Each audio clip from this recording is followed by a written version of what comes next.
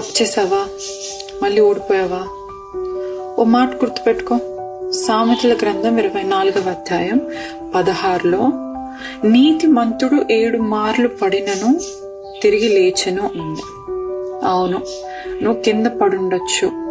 అవును, నువ్వు పొరపాటు చేసి ఉండొచ్చు. అవును, పాపం చేసి ఉండొచ్చు.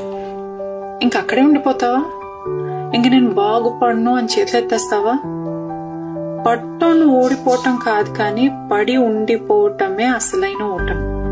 అర్థమవుతుందా?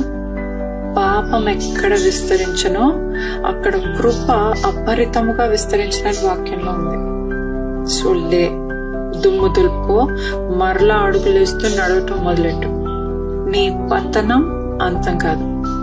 యేసుతో నీకెల్లప్పుడూ నూతన ప్రారంభాలే.